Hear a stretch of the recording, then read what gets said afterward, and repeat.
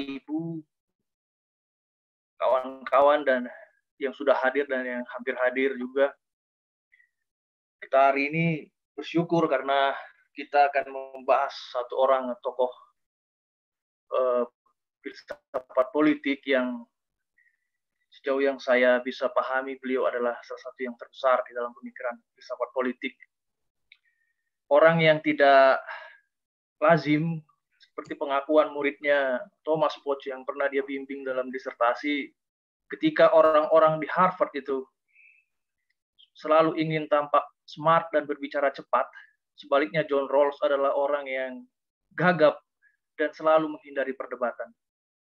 Bila orang-orang sangat mudah melakukan perdebatan dengan seperti Robert Nozick, untuk konfrontasi dengan Rawls sangat susah karena dia sangat lembut hati.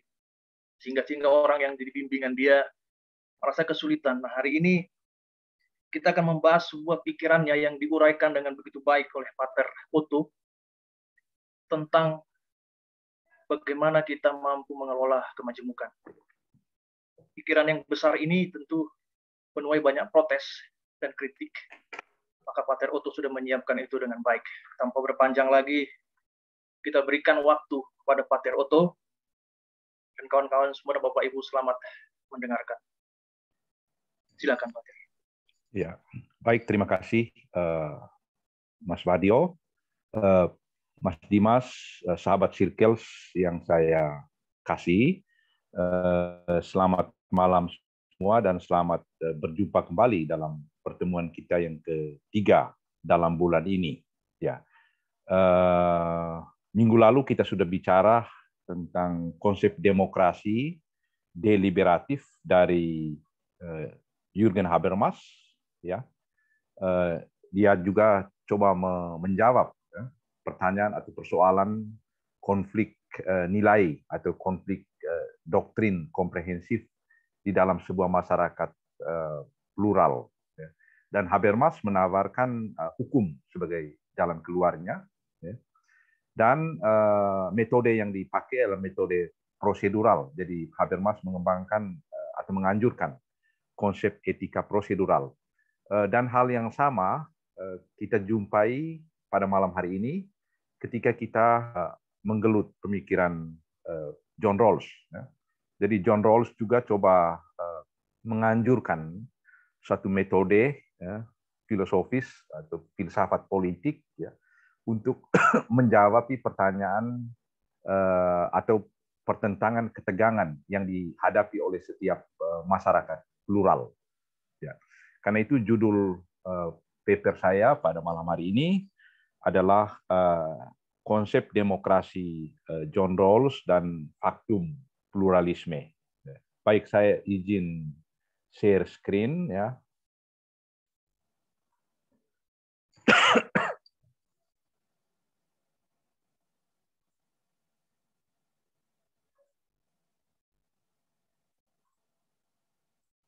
Oke, jadi itu judulnya, demokrasi dan faktum pluralisme. Kita akan mengikuti alur presentasi sebagai berikut. Pada bagian pertama, saya akan mempresentasikan pendahuluan atau pokok persoalan, pertanyaan pokok atau status questionis dari paper saya. Lalu bagian kedua, saya akan memperkenalkan secara sangat singkat siapa itu John Rawls. Kendati pun pasti saudara-saudari sudah banyak membaca riwayat hidupnya di dalam Wikipedia atau resources yang lain. Kemudian bagian ketiga saya akan memperkenalkan tesis pertama Rawls, yakni apa yang dia sebut dengan konsensus lintas batas atau dalam istilah Rawls sendiri overlapping konsensus. Kemudian pada bagian keempat, saya akan memperkenalkan tesis Rawls yang kedua, yakni konsep public reason atau rasionalitas publik, yang dihubungkan dengan perdebatan dalam ruang publik, kemudian usaha untuk menginterpretasi konstitusi. Jadi bagaimana public reason itu dipakai sebagai kriteria etis ketika kita berdebat di ruang publik atau para hakim di Mahkamah Konstitusi menafsirkan konstitusi. Kemudian pada bagian terakhir, seperti biasa, saya akan menutup presentasi dengan sejumlah catatan kritis dan juga rangkuman yang bisa menjadi titik tolak diskusi kita lebih jauh.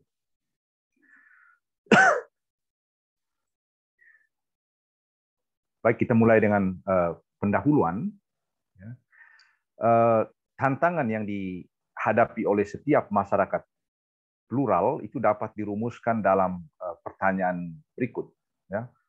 Pertanyaannya, apakah masih dapat dirumuskan identitas kolektif yang menjadi basis sebuah kehidupan bersama di tengah kondisi faktum pluralisme, di tengah kondisi pertentangan ideologi dan doktrin komprehensif.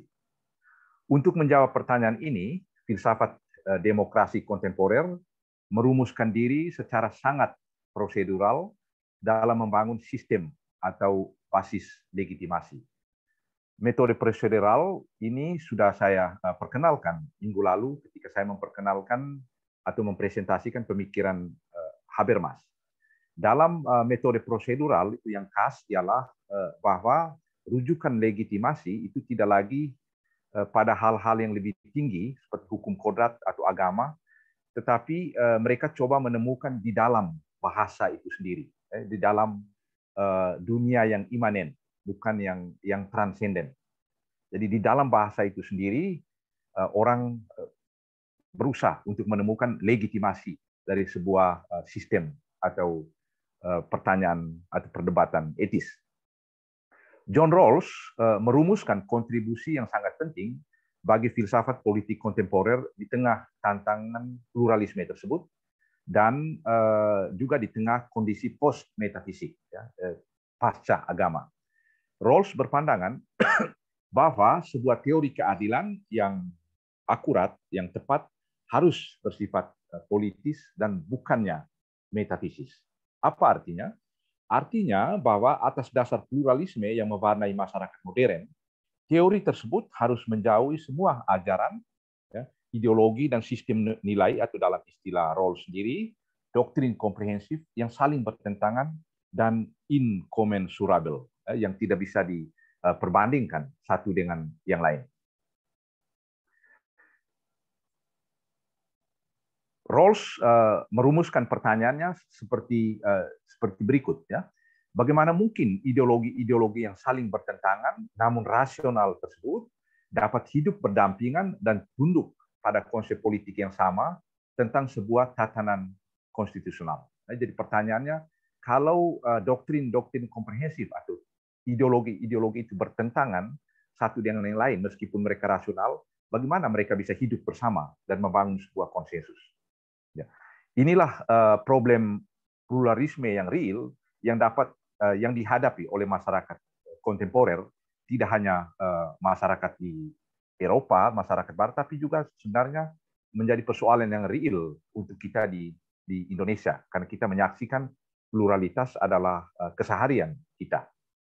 Dan sebagai jalan keluar atas kompetisi komprehensif doktrin ini atau ideologi pandangan hidup ini, Rawls menawarkan dua tesis penting yang akan saya perkenalkan dalam kuliah ini. Yang pertama itu tesis tentang pentingnya overlapping konsensus, ya.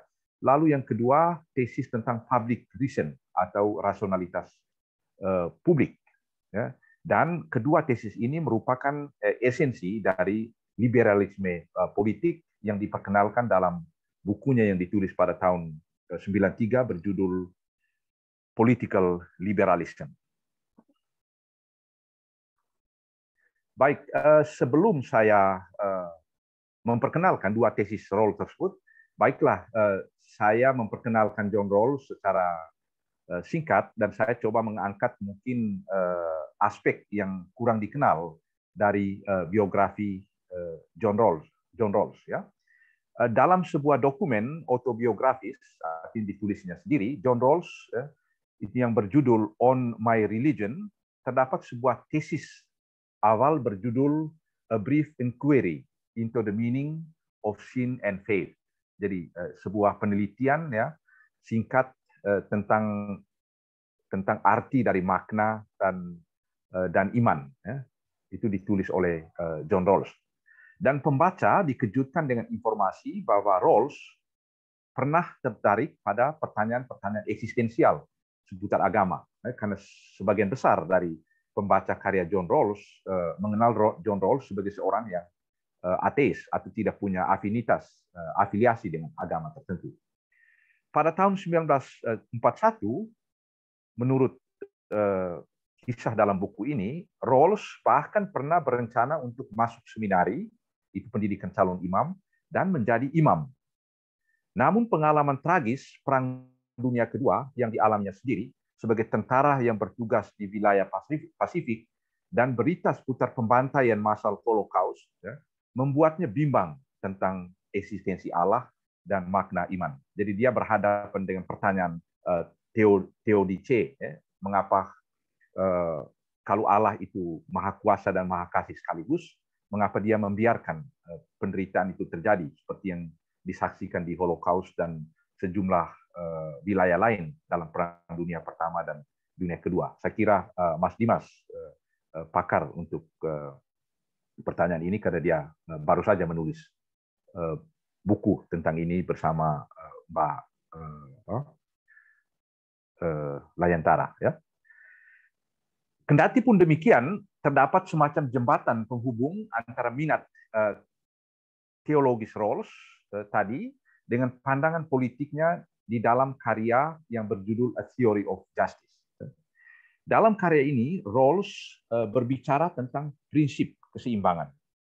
Menurut prinsip ini, jadi prinsip ini menuntut talenta-talenta yang didapat bukan dari hasil kerja manusia harus dipandang sebagai barang milik komunitas. Ya. Dalam tesis awal Rawls, kita jumpai ungkapan teologis yang merelativisasi prestasi dan jasa. Kita tahu Rawls memperkenalkan dua prinsip keadilan, dan prinsip pertama itu prinsip persamaan. Prinsip kedua adalah prinsip perbedaan. Rawls katakan perbedaan itu legitim kalau dia memberikan keuntungan kepada mereka yang minimal beruntung. Ya, misalnya di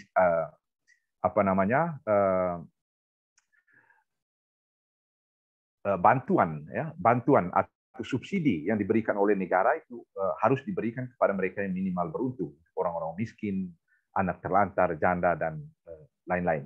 Dan sebenarnya ini ada kaitan dengan latar belakang religius John Rawls sendiri, dan untuk yang Kristen dan Katolik dalam kitab suci itu diajarkan ya keberpihakan pada orang miskin, ya, pada mereka yang terlantar adalah sikap etis yang paling tepat untuk seorang Kristen. Dan di sini Rawls, saya yakin dia menerjemahkan atau mentransformasi term religius itu, keberpihakan pada mereka yang paling lemah, yang minimal beruntung, ke dalam sebuah term sekular rasional sehingga dia bisa dimengerti oleh banyak orang. Ya, jadi para penafsir coba melihat hubungan antara latar belakang religiusitas John Rawls dengan prinsip perbedaan yang diperkenalkannya dalam A Theory of Justice. Ya. Dan di sini Rawls sebenarnya mirip dengan kritik atau pandangan Rawls itu mirip dengan kritikan yang pernah dirumuskan oleh Agustinus, seorang teolog Katolik pada abad pertengahan, atas Pelagius. Ya. Seperti Santo Agustinus, Rawls pun menulis, dia katakan, there is no merit before God. Ya, jadi kita tidak boleh berbisnis dengan Allah. Membanggakan prestasi sendiri adalah sebuah kesombongan dan dosa berat. Apa yang telah diterima oleh setiap manusia adalah sebuah karunia yang harus disyukuri. Ya, itu kata John Rawls. Ya. Rawls menurut saya tidak banyak menulis buku, ya, ada banyak artikel yang ditulisnya, tapi buku atau karyanya yang penting, yang monumental dan memancing perdebatan itu hanya dua. Yang pertama itu A Theory of Justice yang ditulis pada tahun 1971, ya, dia bicara tentang keadilan, dan buku ini telah memancing perdebatan, ya, dan perdebatan itu dibagi ke dalam dua kubu komunitarian dan kubu libertarian. Untuk kelompok komunitarian, Rawls dianggap terlalu liberal. Ya. Sedangkan untuk kubu libertarian, Rawls dianggap terlalu konservatif atau terlalu ke kiri. Dan Rawls menanggapi perdebatan ini secara serius, ya, dan dia menghadiri sejumlah konferensi dan simposium yang membicarakan bukunya. Dan sebagai bukti dari tanggapan dia yang serius atas tentang karyanya itu, dia merevisi karyanya atau teorinya dan menulisnya kembali dalam buku yang dia tulis pada tahun 1993 yang berjudul Political Liberalism. Dan pada malam hari ini saya akan mencoba menjelaskan atau mempresentasikan dua tesis penting dari buku tersebut. Yang pertama itu tesis tentang the overlapping consensus atau konsensus lintas batas. Pada bagian ini akan dikemukakan secara ringkas model kesepakatan dalam konsensus lintas batas yang menjadi titik tolak deliberasi atau perdebatan politik. Sebagai pengulangan, tugas utama teori keadilan Rawls ialah merumuskan prinsip-prinsip keadilan yang harus menjadi unsur penting bagi struktur dasar sebuah masyarakat. Pendasaran prinsip-prinsip tersebut dikonstruksikan sebagai keputusan dalam posisi asali atau original position. Itu bisa dibaca dalam A Theory of Justice. Mereka yang dalam posisi asali tersebut, ya, menurut Rawls, tidak tahu apa yang terjadi dengan mereka di masa depan. Mereka berada di bawah cadar ketidaktahuan atau dalam ungkapan Rawls sendiri, itu veil of ignorance, cadar ketidaktahuan. Mereka tidak mengetahui kemampuan dan talenta pribadinya dan juga posisi sosial lalu kelas sosial yang mereka miliki atau tempati di masa depan. Ya. Di dalam filsafat moral, penentuan prinsip-prinsip keadilan ini dilakukan dari posisi yang dikenal dengan perspektif netralitas. Dan Rawls menyebutnya sebagai tafsiran prosedural atas imperatif kategoris Kantian. Karena menurut dia prinsip kategoris imperatif kategoris Kantian itu terlalu substansial dan terlalu substantif dan tidak dapat dipakai untuk menyelesaikan konflik nilai di dalam masyarakat plural. Dan dalam kuliah-kuliah sebelumnya tentang Rawls, saya sudah jelaskan ya, berdasarkan syarat-syarat ini Rawls merumuskan dua prinsip keadilan. Ya. Yang pertama itu prinsip persamaan, ya, itu menyangkut hak sipil politik. Lalu prinsip kedua adalah prinsip perbedaan, menyangkut hak sosial dan ekonomi. Di situ di Rawls katakan ketidaksamaan sosial dan ekonomis itu diatur sedemikian rupa sehingga memberikan keuntungan bagi mereka yang minimal beruntung dan juga melekat pada jabatan-jabatan dan posisi-posisi yang terbuka bagi semua orang dalam keadaan yang menjamin persamaan peluang yang fair. Ya. Saya kira saya tidak berbicara panjang lebar tentang ini. Menurut Rawls, konsep yang dia perkenalkan di dalam buku A Theory of Justice itu masih bersifat filosofis dan karena itu tidak bisa dipakai atau digunakan untuk menyelesaikan konflik dalam masyarakat plural. Ya. Dan karena itu Rawls menganjurkan suatu model yang lain yang dia sebut konsep liberalisme politik. Dan konsep liberalisme politik ini menurut Rawls bisa menjawab tantangan dari masyarakat modern yang berada dalam kondisi yang dia sebut kondisi faktum pluralisme. Ya. Di tengah tantangan tersebut, pertanyaan yang harus dijawab menurut Rawls ialah bagaimana merumuskan prinsip-prinsip yang diterima oleh semua demi menjamin kesatuan sosial yang stabil dan menciptakan perdamaian sosial. Konsep keadilan Rawls ini dijelaskan dalam hubungan dengan 4 keyakinan umum berikut. Yang pertama faktum pluralisme. Pluralitas keyakinan agama, moral, dan filosofis merupakan karakter struktural budaya masyarakat demokrasi. Tidak ada alasan cukup untuk mengharapkan lenturnya pluralisme sistem nilai komprehensif tersebut.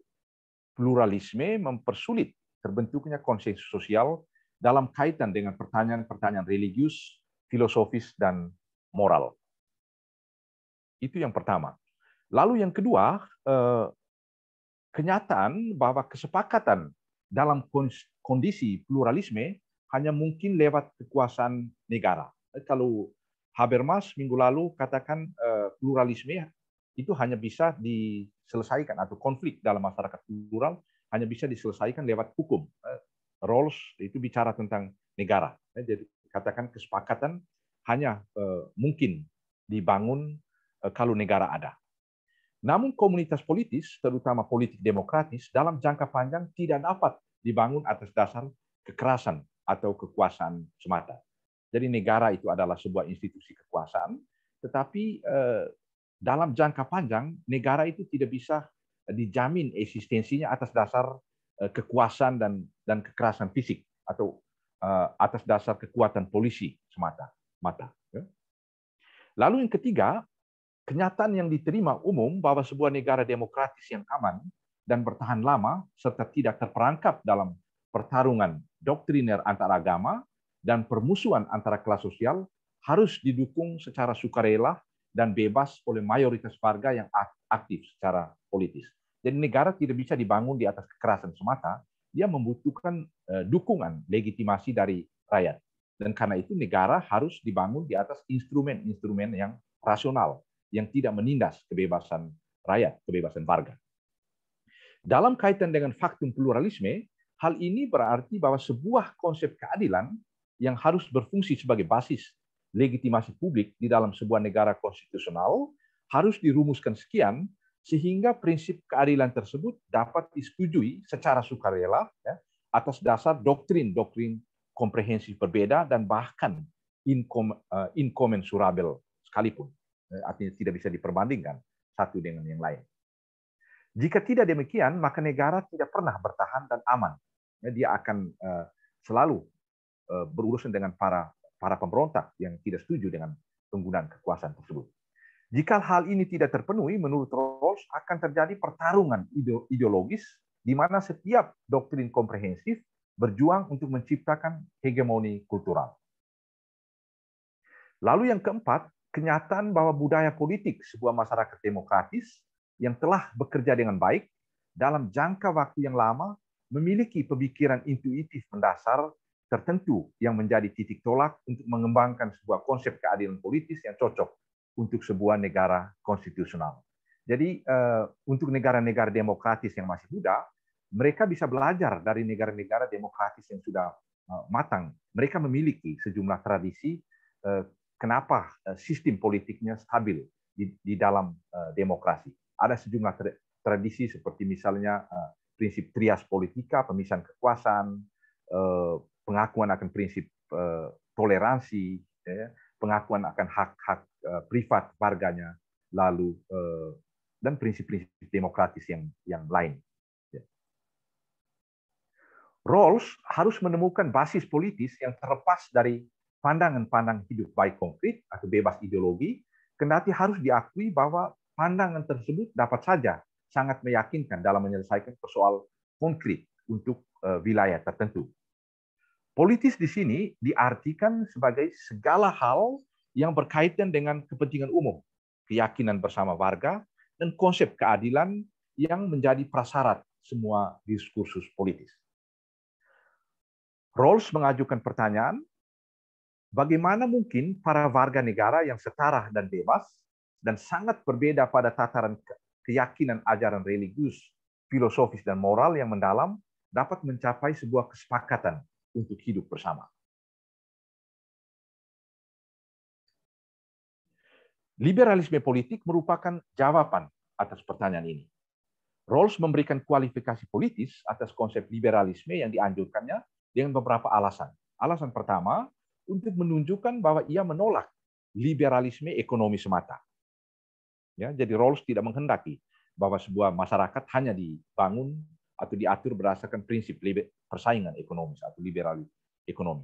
Lalu yang kedua, liberalisme politik melampaui urusan etika individual semata, tapi menjangkau urusan etika institusional. Dia tidak urus tentang konsep hidup baik setiap individu, tapi dia mengurus persoalan tentang institusi yang baik, ya, tentang kesejahteraan bersama, tentang keadilan sosial. Lalu yang ketiga, liberalisme politik menolak model liberalisme komprehensif atau liberalisme sebagai doktrin komprehensif.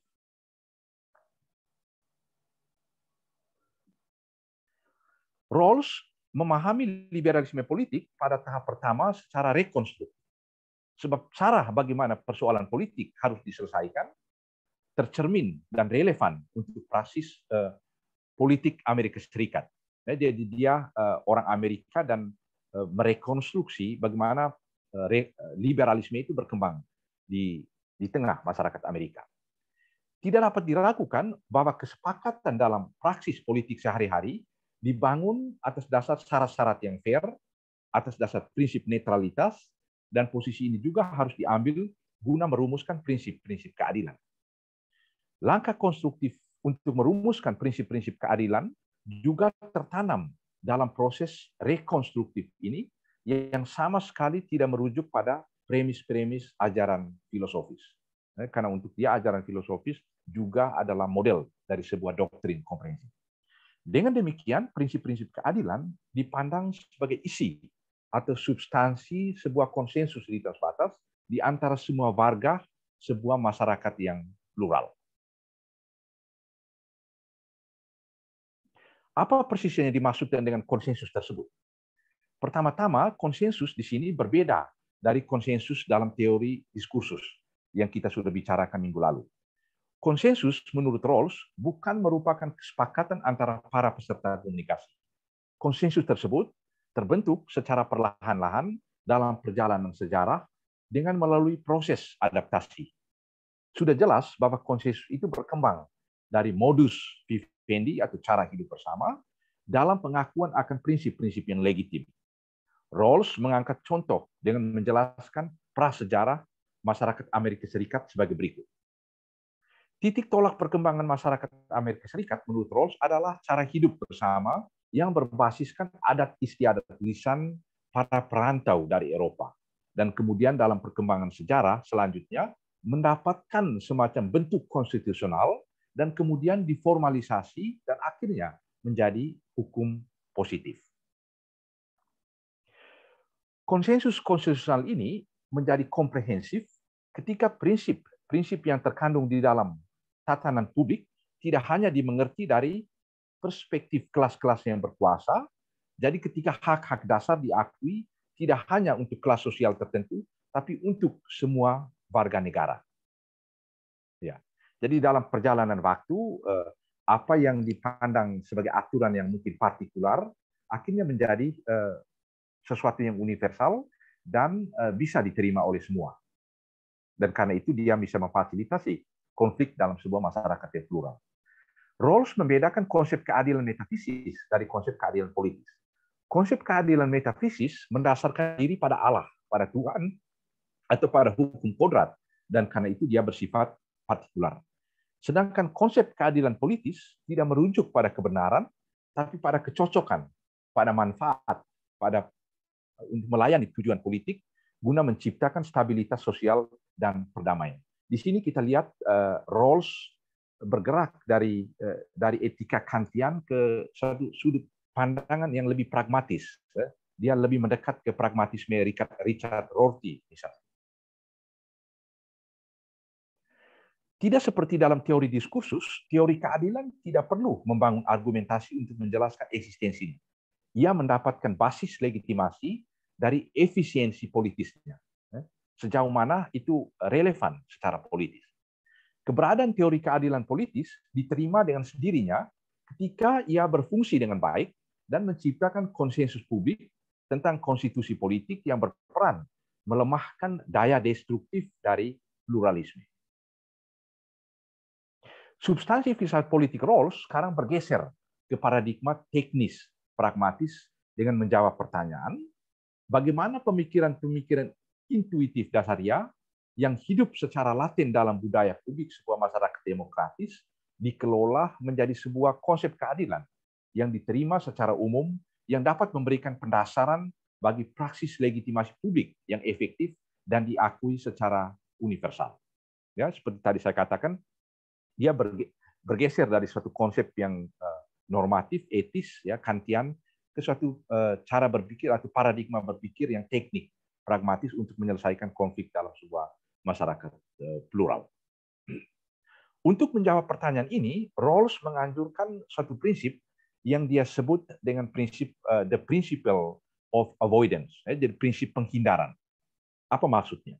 Dia katakan di tengah pertarungan antara konsep hidup baik, filsuf politik harus menjadi pencipta perdamaian dan merumuskan posisi yang menjadi basis bagi para pihak untuk membangun konsensus kerjasama di masa depan. Segala sesuatu yang memisahkan dan menciptakan konflik harus dijauhkan atau dihindari. Jadi kita tidak boleh berdebat tentang doktrin komprehensif di ruang publik menurut dia. Itu yang disebut dengan prinsip penghindaran tadi.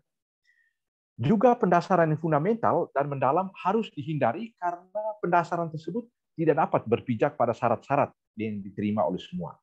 Ini jadi tentang persoalan etis yang fundamental, kita berdebat lama sekalipun kita tidak akan mencapai sebuah konsensus atau kesepakatan. Dalam sebuah budaya demokratis yang pluralistis, konsensus hanya terdapat di permukaan.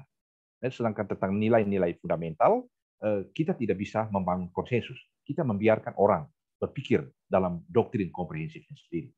Ketika terdapat pelbagai pandangan tentang hidup baik dan bermakna yang berbeda dan incommensurable, prinsip-prinsip yang memungkinkan sebuah praksis legitimasi publik tidak dapat didasarkan pada konsep hidup baik. Kenapa? Karena konsep hidup baik itu selalu bersifat partikular dan kita tidak bisa mencapai konsensus tentang itu. Di tengah perbedaan pandangan metafisis, pertentangan konsep moral serta kontestasi keyakinan religius, sebuah konstitusi keadilan publik yang efisien harus menempati posisi netral terhadap perbedaan-perbedaan tersebut. Jadi konstitusi yang adil, dia harus bersifat netral terhadap perbedaan-perbedaan tersebut. Dalam terang metode penghindaran, konsep keadilan tidak memberikan afirmasi maupun negasi, ya, pembenaran ataupun penolakan terhadap teori-teori agama, filosofis, dan moral. Dia hanya memfasilitasi agar pandangan agama, filosofis, dan moral boleh hidup bebas untuk mengekspresikan dirinya. Tapi dia tidak pernah boleh mengafirmasi atau menegasi konsep religius atau ideologi tertentu. Metode penghindaran menciptakan konsensus lintas batas atau overlapping konsensus. Konsensus lintas batas merupakan semacam titik persimpangan antara keyakinan-keyakinan yang berbeda dan diterima secara demokratis. Rawls memisahkan overlapping konsensus dari agama, filsafat, dan moral sebab ketiganya tergolong dalam doktrin komprehensif. Tadi saya sudah katakan. Doktrin komprehensif adalah ajaran-ajaran yang tidak membatasi diri pada yang politis, tapi lebih dari itu mengandung keyakinan tentang makna dan nilai-nilai hidup atau Sinn des Daseins, ya. Itu tentang pertanyaan tentang hidup sesudah mati, tentang kebahagiaan, tentang apakah surga ada atau tidak. Itu pertanyaan-pertanyaan doktrin komprehensif di mana kita tidak bisa mencapai kesepakatan. Dan liberalisme yang diajarkan oleh Kant dan juga John Stuart Mill menurut Rawls itu tergolong dalam doktrin komprehensif.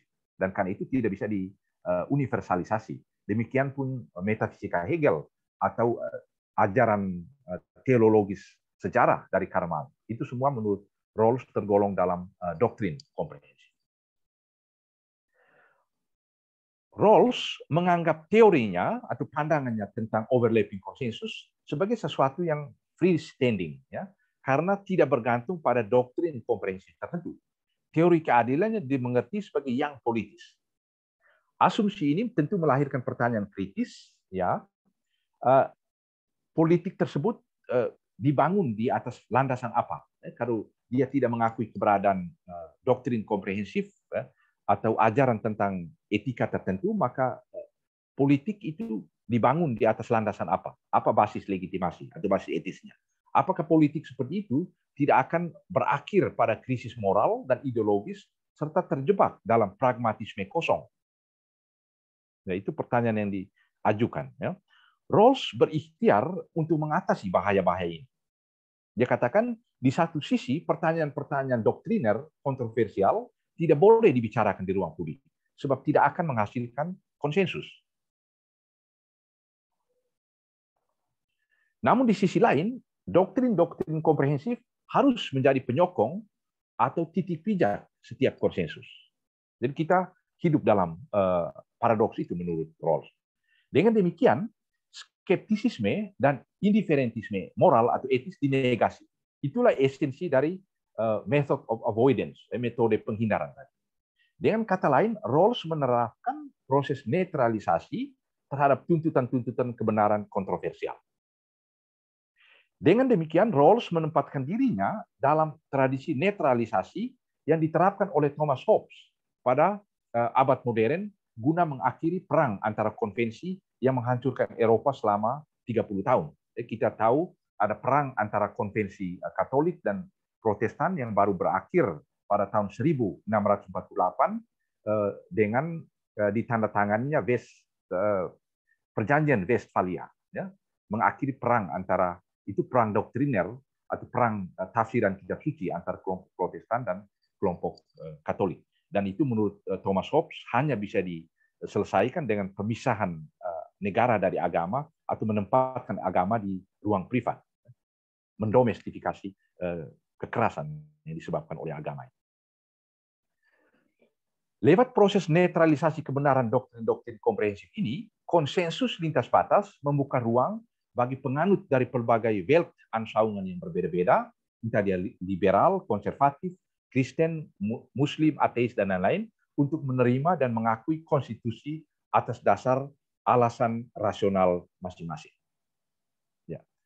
Itu Rawls menulis, dia katakan ketika liberalisme politik berbicara tentang sebuah konsensus lintas batas yang rasional dari pandangan-pandangan hidup berbeda, maksudnya adalah bahwa semua pandangan hidup tersebut, entah religius atau tidak, menyokong sebuah konsep keadilan politis yang menjadi jaminan bagi sebuah masyarakat demokratis konstitusional. Dalam konteks ini, deliberasi politik berarti ikhtiar untuk memperdebatkan dan mencari jalan keluar atas semua persoalan sosial di dalam empat sudut konstitusi yang secara prinsipil diakui oleh kelompok-kelompok masyarakat. Kelompok-kelompok atau individu yang taat pada konstitusi berdebat tentang tafsiran terbaik atas konstitusi yang berpijak pada overlapping konsensus tersebut. Baik, itu tesis Rawls yang pertama tentang overlapping konsensus. Pada bagian berikut ini saya akan bicara sedikit tentang public reason, rasionalitas publik, apa itu rasionalitas publik, ya. Kemudian bagaimana itu dipakai dalam perdebatan politik, lalu juga dalam menafsir konstitusi oleh para hakim Mahkamah Konstitusi. Kebutuhan akan deliberasi politik dalam sebuah masyarakat yang ditata secara konstitusional terjadi pada beberapa level menurut Rawls. Dalam A Theory of Justice, penerapan prinsip-prinsip keadilan secara politis itu dijalankan dalam 4 tahap. Pembuat konstitusi berurusan dengan prinsip pertama, yakni prinsip persamaan hak-hak kebebasan, dan itu menyangkut hak sipil politik. Dan pembuat undang-undang menangani prinsip keadilan kedua, yakni tentang ketidaksamaan sosial, yaitu tentang hak ekonomi dan hak sosial. Sementara itu, institusi eksekutif dan yudikatif menjamin pelaksanaan dan pengawasan pelaksanaan undang-undang tersebut. Jadi di sini Rawls mengikuti tradisi filsafat politik yang sudah ada. Sedangkan warga negara itu dilengkapi dengan instrumen hukum yang dia sebut civil disobedience atau pembangkangan sipil, yang memiliki hak veto terhadap keempat tahapan yang sudah disebutkan tadi. Jadi rakyat itu punya hak etis yang dia sebut dengan civil disobedience atau pembangkangan sipil kalau hukum yang diciptakan oleh lembaga negara yang ada itu tidak menjamin hak dasar dari warganya.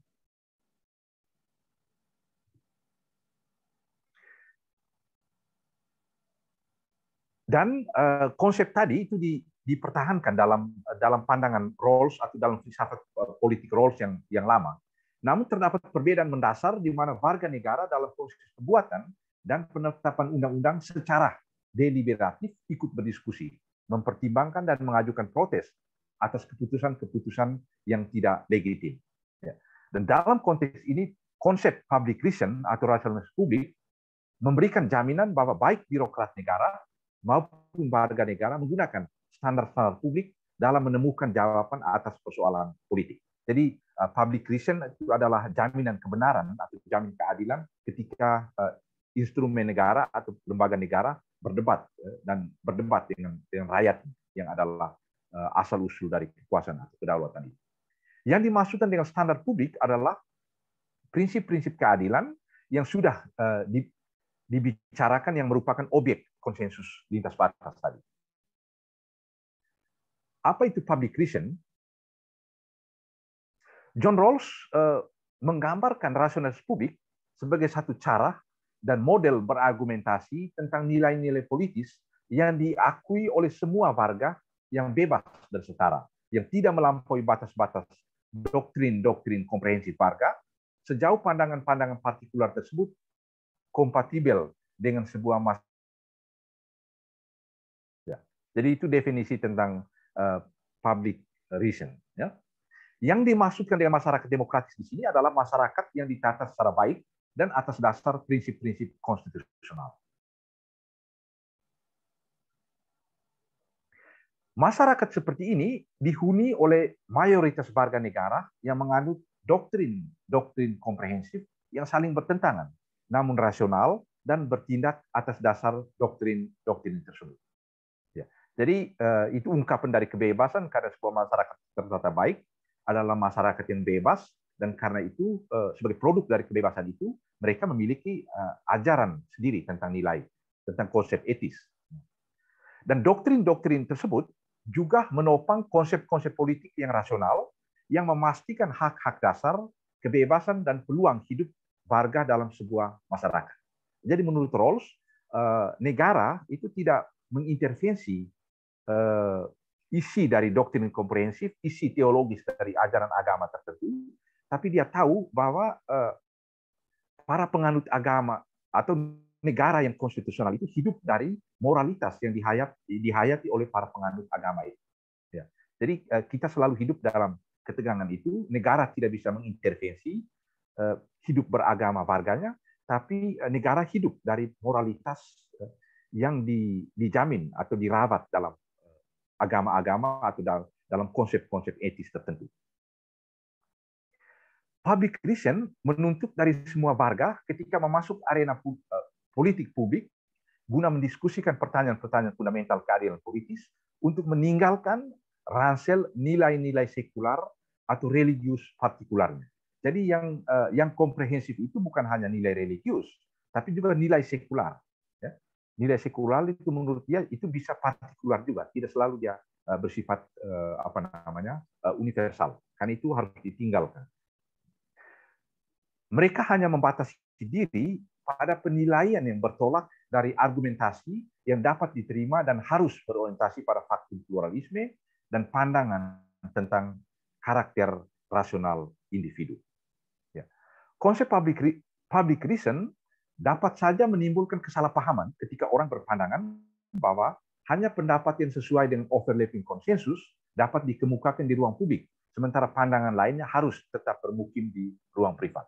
Pandangan yang bertentangan dengan konsensus dapat diungkapkan di ruang publik, karena hal tersebut sejalan dengan prinsip kebebasan berpendapat yang dijamin oleh masyarakat yang ditata secara baik.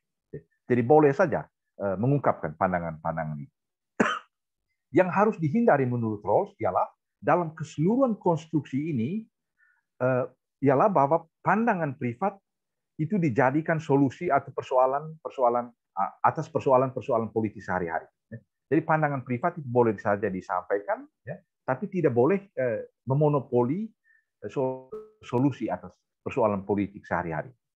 Hal ini dapat menghancurkan konsensualitas batas publik, ya, dan memaksa para penganut pandangan hidup lainnya dengan konsep hidup baik partikular tertentu. Namun ini tidak berarti bahwa pandangan-pandangan pemerintah tersebut tidak berperan sama sekali dalam politik. Pada saat konstitusi tidak memiliki jawaban jelas atas persoalan-persoalan fundamental seperti isu teknologi gen misalnya, atau masalah aborsi, eutanasia, maka dituntut agar setiap warga negara yang ingin berpartisipasi secara politis mengungkapkan pendapatnya atas alasan-alasan mana saja mereka mendukung konstitusi dan apa solusi dari pandangan hidup partikular yang dianutnya terhadap persoalan konkret tadi. Kasus-kasus ini yang penyelesaiannya lebih banyak menuntut keterlibatan pandangan-pandangan privat akan menarik perhatian publik, perhatian luas. Namun secara kuantitatif, kasus-kasus ini berkontribusi sangat sedikit dalam diskusi-diskusi politik yang berkaitan dengan pembuatan undang-undang. Namun meskipun seandainya semua persoalan politik dibahas dengan merujuk pada prinsip-prinsip konsensus terbatas, hal itu tidak berarti bahwa pertanyaan-pertanyaan tersebut mendapat jawabannya dalam konsensus. Alasannya, setiap individu dapat memberikan pendasaran berbeda atas penilaian terhadap pertanyaan-pertanyaan konkret. Di samping itu, prinsip-prinsip yang terdapat di dalam situ dalam menyelesaikan persoalan politik konkret. Ya. Dan karena itu sangat bergantung pada motivasi dari setiap warga. Dan Rawls memberi nama terhadap perbedaan penilaian atau ketegangan ini sebagai burdens of judgment, atau beban-beban penilaian. Nama ini memberikan nuansa negatif atau kesan negatif terhadap konsep penilaian politik, sebab orang dapat saja berpandangan bahwa penilaian tersebut mengandung cacat. Akan tetapi, jika kita menghubungkan konsep beban penilaian atau burdens of judgment dengan konsep praksis dari Aristoteles atau Hannah Arendt, maka nuansa negatif tersebut gugur dengan sendirinya. Arendt dalam Human Condition, dia membedakan 3 aktivitas manusia.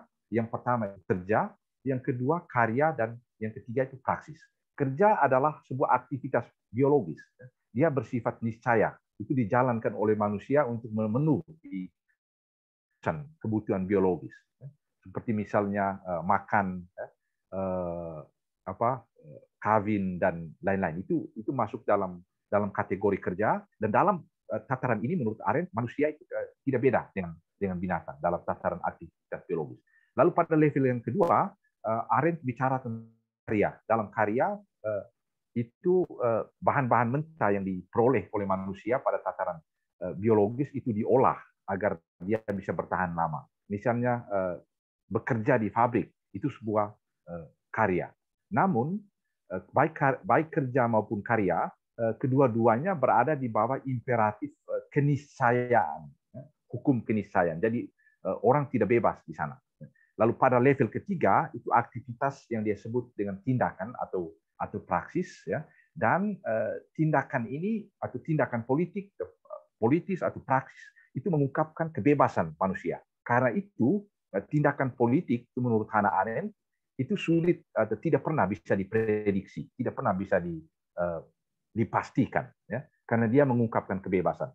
Dan ketika John Rawls bicara tentang penilaian dalam arti bahwa dalam politik kita tidak bisa merumuskan hukum ilmu pasti, maksudnya seperti yang ditafsirkan oleh Hannah Arendt, atau maksudnya seperti praksis, ya, yang dipakai oleh Hannah Arendt. Jadi politik untuk Aristoteles adalah ruangan kebebasan atau ruang kemungkinan pandangan-pandangan yang berbeda secara argumentatif. Jadi itu bukan sesuatu yang negatif. Rawls mengikuti pandangan Aristoteles dan Arendt, ya, ketika ia menyinggung misalnya contoh penilaian rasional dari Supreme Court, ya, Amerika Serikat. Mahkamah Konstitusi membuat penilaian atas dasar pertimbangan konstitusi dan tidak selalu dengan satu suara. Para hakim konstitusi yang berbeda pada kelompok minoritas mengemukakan pandangan lain tentang dan menjelaskan posisinya secara konkret. Bahkan kadang-kadang votum minoritas yang mengambil solusi alternatif bagi persoalan-persoalan konstitusional telah memantik perubahan opini publik. Jadi apa yang pada masa lalu dianggap sebagai pandangan minoritas, ya, akhirnya dalam perjalanan itu diakui kebenarannya dan menjadi pandangan yang rasional dan diterima publik. Sebuah teori politik yang memberi ruang bagi kebinekaan pandangan bukan sesuatu yang tidak realistis, tapi sebaliknya mampu menunjukkan sebab munculnya konflik. Bahwa dalam membahas persoalan politik, kita tidak dapat mencapai konsensus, bukan berarti bahwa kita belum cukup berdebat. Bisa jadi bahwa untuk persoalan-persoalan tertentu, orang memiliki pandangan rasional yang berbeda. Dan karena itu konsensus dianggap sebagai sesuatu yang rasional dan tidak perlu diciptakan konsensus. Baik, sekarang saya memasuki bagian yang terakhir. Saya coba merangkum apa yang sudah dipresentasikan tadi dan coba menyampaikan satu dua catatan kritis atas pandangan Rawls ini. Untuk menyelesaikan konflik dan kontestasi doktrin komprehensif dalam masyarakat plural, Rawls mengembangkan konsep liberalisme politis. Ya. Kualifikasi politis perlu digarisbawahi untuk menentukan perbedaan liberalisme Rawls dari liberalisme filosofis yang dikembangkan oleh Kant misalnya, atau John Stuart Mill, Hegel, atau Karl Marx. Liberalisme yang terakhir atau liberalisme filosofis menurut Rawls masih terperangkap dalam komprehensif doktrin seperti halnya doktrin agama dan metafisis, sehingga tidak mampu menjembatani pertentangan antara pelbagai pandangan hidup dalam masyarakat yang plural. Sedangkan liberalisme yang dianjurkan Rawls bersifat politis dan karena itu bebas dari perangkap-perangkap ideologi partikular. Ada dua pertanyaan di sini. Pertanyaan pertama, apakah liberalisme politis sungguh-sungguh bebas dari doktrin komprehensif seperti yang diasumsikan oleh John Rawls dalam bukunya Political Liberalism? Itu pertanyaan pertama. Pertanyaan kritis kedua ialah, apakah di tengah dunia yang ditandai dengan pluralitas pandangan hidup, kita masih mungkin menemukan atau lebih tepat merumuskan sebuah konsensus lintas batas? Baiklah kita menelusuri satu persatu pertanyaan ini untuk memancing diskusi kita lebih lanjut sebentar. Untuk menjawab pertanyaan pertama, kita perlu melihat gambaran Rawls tentang manusia atau antropologi politis dan pandangannya tentang masyarakat sebagai basis argumentasi untuk mengembangkan teorinya tentang liberalisme politik. Secara implisit, Rawls berpandangan bahwa manusia adalah makhluk sosial.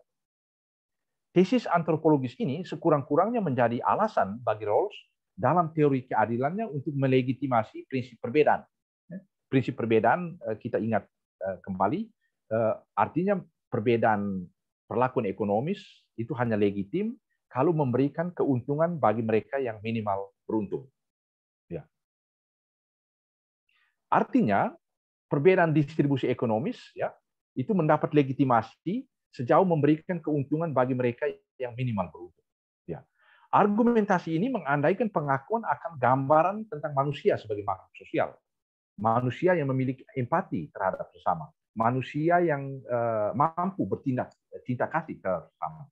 Dan bahkan pada awal tadi saya katakan ada dugaan bahwa konsep Rawls tentang prinsip perbedaan ini ada kaitan dengan antropologi Kristen, ya, tentang keberpihakan pada mereka yang menderita, pada mereka yang miskin. Akan tetapi antropologi sosial Rawls ini ditolak oleh kaum libertarian yang melihat manusia sebagai individu yang atomistik, individu yang tidak sosial, individu yang hidup sendiri di dalam sebuah tatanan sosial.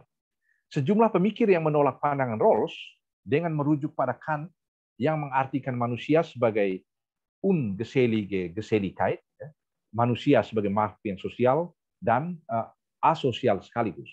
Ya. Jadi ada pemikir yang menolak konsep Rawls ini dengan merujuk pada Kant. Ya. Karena menurut Kant, manusia itu adalah ungesellige Geselligkeit, manusia makhluk sosial dan asosial sekaligus. Perdebatan ini menunjukkan bahwa konsep Rawls tentang liberalisme politik tidak bebas dari asumsi doktrin komprehensif, dari asumsi tentang konsep antropologi tertentu. Selain itu, Rawls mengartikan masyarakat sebagai sebuah sistem kerjasama, dan konsep ini merujuk pada gambaran masyarakat Aristotelian yang menekankan aspek kerjasama. Akan tetapi model lain seperti yang dikembangkan oleh Hobbes melihat masyarakat sebagai arena konflik. Model kedua ini sekurang-kurangnya dapat menjelaskan mengapa Rawls dalam seluruh karyanya mengabaikan pertanyaan tentang legitimasi kekuasaan negara. Sebuah liberalisme politis yang bebas doktrin komprehensif seharusnya bersikap netral terhadap antropologi dan gambaran tentang masyarakat yang sudah diulas tadi. Dan hal ini tidak dapat dilakukan oleh Rawls. Jadi Rawls tidak bebas dari doktrin komprehensif dalam mengkonstruksikan seluruh bangunan teoretis. Lalu pertanyaan kedua ialah apakah overlapping konsensus mungkin di tengah dunia yang semakin plural ini? Di fase ini kita menyaksikan sejumlah persoalan etis yang bukan saja tidak bebas ideologi, tapi juga tidak dapat dipisahkan dari konteks metafisis dan bahkan konteks agama. Salah satu contohnya ialah perdebatan ekologis tentang antroposentrisme versus biosentrisme. Ya. Dalam bidang kedokteran, kita juga berhadapan dengan sejumlah kontroversi etis yang sulit dicarikan titik temu rasional yang berlaku untuk semua, seperti persoalan pengguguran embrio, eutanasia, dan cloning manusia.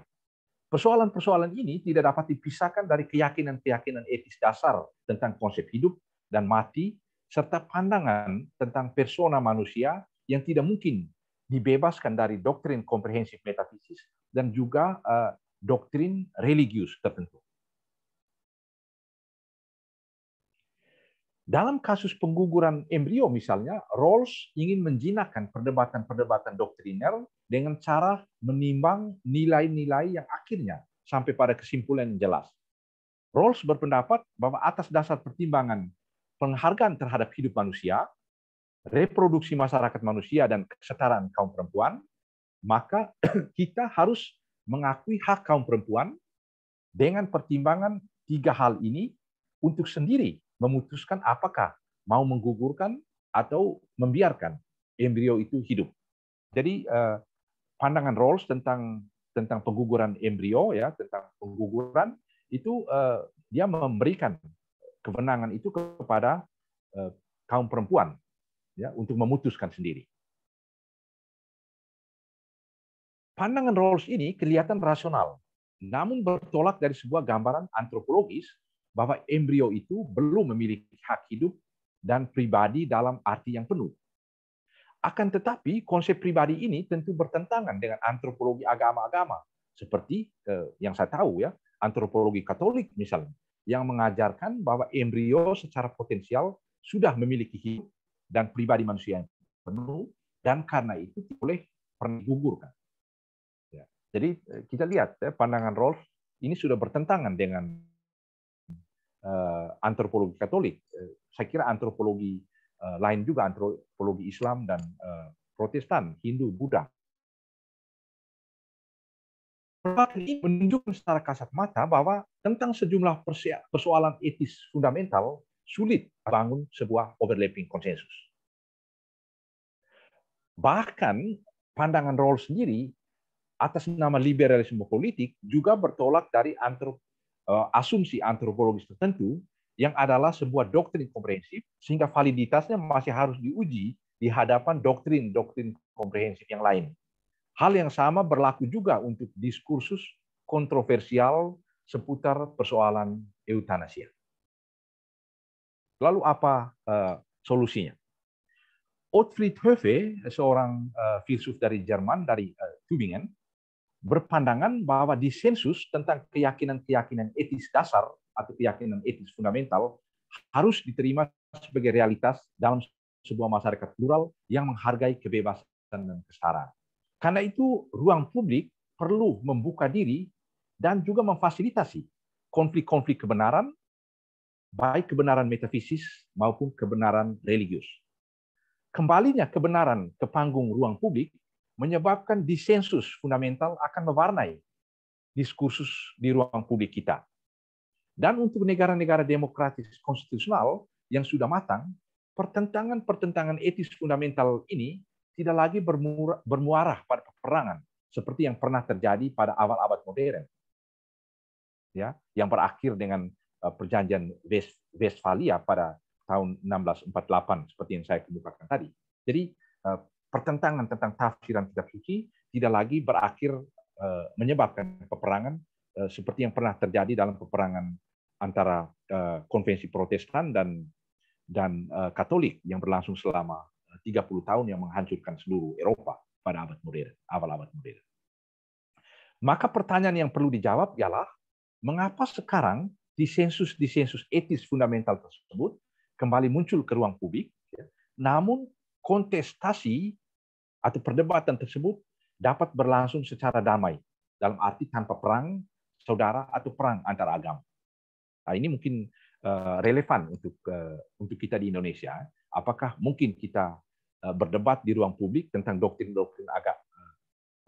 agama tanpa akhirnya berujung pada peperangan antar agama? Itu pertanyaan yang menarik. Saya kira Orde Baru memukakan konsep SARA dengan alasan menghindari perdebatan tadi, dan dengan demikian kita diharapkan hidup dalam damai. Menurut Otfried Höfe, jawabannya terletak pada sebuah filsafat politik baru yang dalam perbandingan dengan teori Rawls mengembangkan konsep yang dia namakan setengah liberalisme politis. Memang liberalisme politis Rawls memberi ruang bagi disensus. Akan tetapi disensus Rawls tersebut tidak pernah membolehkan adanya pertarungan keyakinan-keyakinan mendasar yang berakar pada doktrin komprehensif. Filsafat politik baru justru harus memberi ruang bagi disensus-disensus fundamental tersebut.